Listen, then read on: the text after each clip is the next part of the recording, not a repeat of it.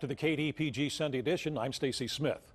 Cryptocurrency. For many people, it is still somewhat cryptic, but digital coins have been a focus for Wall Street, especially as Facebook is looking to jump into cryptocurrency with its Libra project. And on Thursday night, the conversation landed on the Twitter page of President Trump. The president wrote that he is, quote, not a fan of Bitcoin and other cryptocurrencies. He also wrote that Facebook would have to become subject to all banking regulations if it is to start a cryptocurrency.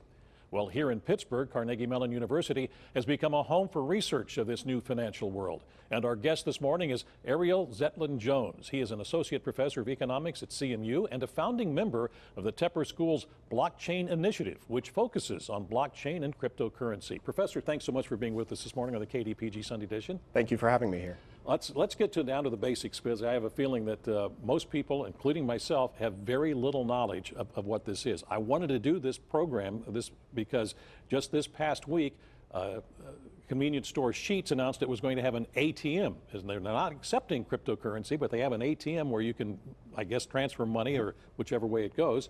And then also this week, the Fed chair said, started to scratch his head a little bit and said, whoa, let's back up and wait a second on this whole Libra thing from Facebook. He said there are a lot of problems that could be developing there. So having given that long introduction, what is it? So I think it's important to start by understanding cryptocurrency is simply the next step in a long history of innovation and the development of money. We started a long time ago using precious commodities like wheat and salt as money. We moved to precious metal coins, then to paper money. And then in the 70s, with the development of bank cards and debit cards, we moved to electronic money. Cryptocurrency is just a new form of electronic money. That's the simplest way to think about it. The difference with cryptocurrency versus a bank card is that when you spend or you swipe your bank card at a merchant store, with a debit card, you are trusting your bank to actually send some of your deposit balances to the merchant. Right. With a cryptocurrency, when you send some cryptocurrency to a merchant, you are not trusting any single institution. You are trusting, if you will, the technology underlying this cryptocurrency to send that balances to this person. Doesn't that raise a red flag, though? I mean, because of all the, you see data breaches here, this, that, and the other, that you're going to put your trust in something that can be broken into, as can the banking system, without question. Well, whether you think cryptocurrency is great or not is probably going to depend on whether you trust the banking system a lot or not. And there are lots of people, millions of American households who are unbanked and don't have access to payment services. And there's a view that cryptocurrency is a way to give people access to these banking services, say by putting Bitcoin ATMs in Sheetz stores. Is there still a base for what the cryptocurrency is based on? I mean, you know, there's gold, there's this, there's that. So that varies by the cryptocurrency. So with Bitcoin, there's fundamentally no backing to this cryptocurrency. It is backed by the full faith and credit of the network of Bitcoin users, if you will. Much like, in a different way, but much like dollars are backed by the full faith and credit of the US government. There's no backing. It's the promise of the government to maintain its value. Here it's the promise of software code, if you will, to maintain its value. Facebook is proposing something very different. They are offering or proposing to back their cryptocurrency with a portfolio of assets, currencies, and other safe investments, if you will. Well, I mean, far be it for me to second guess Mark Zuckerberg, but why is Facebook interested in getting into this? I mean, it doesn't seem like a natural thing for a social media company to do. Well, we've seen already in the banking industry through PayPal and Venmo that they are interested in bundling social media information with payment services. I think it's actually quite natural for Facebook to be interested in this. Facebook thinks, I believe, that by seeing payment transactions that their users are doing, they can bundle that with the information they have from social media to offer better advertising services. But, you know, Facebook is already under fire for privacy problems and, you know, all sorts of other things. Why should we trust Facebook? Well, I think Facebook's hope by using blockchain and cryptocurrency is to say they don't actually control the payment service themselves. That the software, if you will, the technology runs by itself, and Facebook is just helping to develop it, but they won't own it. And this is what they have been saying in the news, that they will only have one vote in the management of Libra. The Fed chair and many others say that one of the problems with this is there is no regulation. He says that the money as such could be used to fund terrorists. It can be used to for money laundering. It can be used for a host of things, and nobody's regulating it, as opposed to the banking system where there are regulations.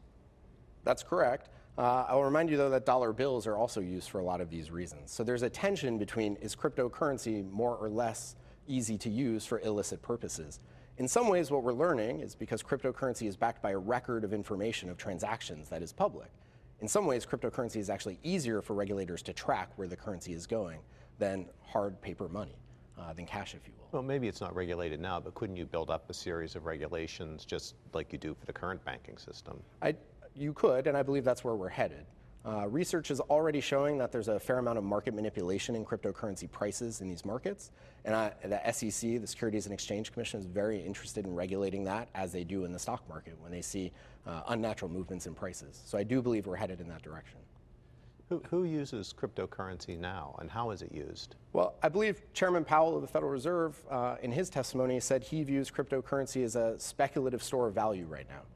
It's not clear how much it's being used for day-to-day transactions, if at all, but clearly people are investing in it much like they invest in gold. Well, okay, if they're investing in it, and it goes, it all comes back to being paid something. Am I right? I mean, if you take a look at the Bitcoin, it's been up and down and all over the place, huge price swings, as it were. Now we have an ATM at Sheetz. Are they going? If you cash in your Bitcoin, are you getting dollars back, or how is this? My understanding is yes. My understanding of the ATM at Sheetz is you can deposit dollars and receive Bitcoin. They will send it to your Bitcoin wallet, or you can send Bitcoin to the ATM and receive dollars back. So they are willing to buy and sell Bitcoin for dollars if you like. So it's all going to be right now. It's still based on the dollar, then, at least. Well, the ATM is backing it with dollars, Right. But Bitcoin itself, when the ATM or the company backing it, who I believe is CoinSource, when they obtain the Bitcoin, their ability to actually get dollars for that is to sell it to someone who's willing to accept it for dollars. Joe has a business. I have a business. We decide to go back and forth with Bitcoin. There's no money that changes. And by the way, when we talk about Bitcoin, there is really no coin there, nothing in your pocket, right? Jingling, right? So you have a business that deals with cryptocurrency. I do. We exchange our, I'm buying something from you and whatever else. And then when it comes time to pay taxes, how is that going to work? Again, this is a question of where the money is accounted for. So the IRS is hoping we report that truthfully to them, how much value changed hands and what you owe in taxes. So you still then have to have dollars to be able to work in the society. Right now, yes. There have been innovations where Cleveland is considering accepting Bitcoin to pay your taxes. So perhaps you can avoid that. Maybe to revisit this point, because I have a hard time understanding, if a guy like me goes to the Sheetz store, and uses the ATM to get Bitcoin, what do I do with it?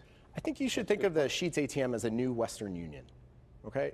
If you don't have a checking account, you can't write a check to a family member on the other side of the state. So what can you do? You can go into Sheetz, deposit some money and get some Bitcoin, transfer the Bitcoin to your friend on the other side of the state who can go into some store there and sell the Bitcoin at the ATM for dollars. So it's a new form of Western Union. The tricky part here is if you lose your money order with Western Union, you can call up Western Union and ask them to find it again and actually deliver. If you lose your password with your Bitcoin wallet, that Bitcoin's gone. There's no party backing it up for you. Again, it goes back to me that there has to be some regulation here as well, because what the example you just said of going in and transferring money to somebody else, that's where the money laundering and that sort of thing comes in, doesn't it? Yes.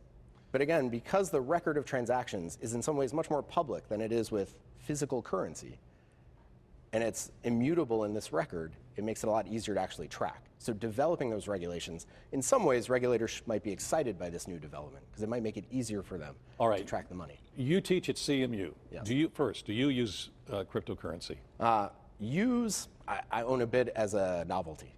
Okay, so you're not all into this thing yet by any means. Not myself, although I will say at CMU we are developing our own cryptocurrency to study exactly how it performs and how it can work in a campus environment. Well, okay, so now you're developing a cryptocurrency. Yes. And how many other cryptocurrencies are there, and can you exchange these cryptocurrencies? Can you exchange them? Yes, at marketplaces that allow you to exchange them. It's not easy to make those exchanges, and regulators have already decided who is allowed access to certain exchanges and not. So it's actually challenging for a lot of Americans to swap one cryptocurrency for another.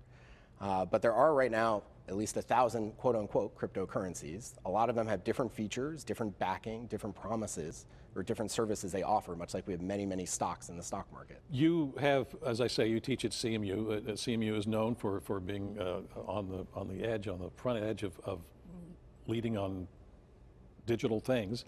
How many students would you say are using cryptocurrency?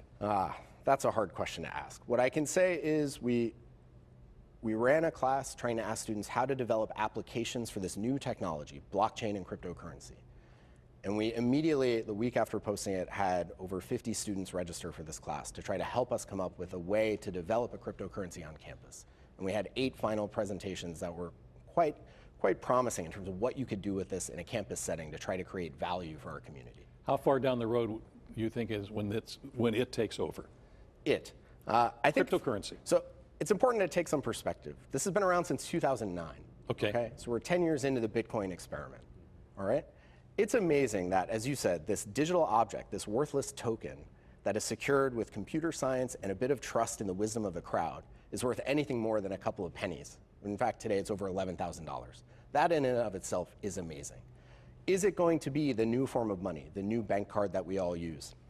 That depends on, I'm less sure about the development of regulation and more on the development of the technology. All right, I would love to keep going on this, but we are out of time. Professor, thanks so much for being with us. Thanks for having me. And we'll be back in just a moment.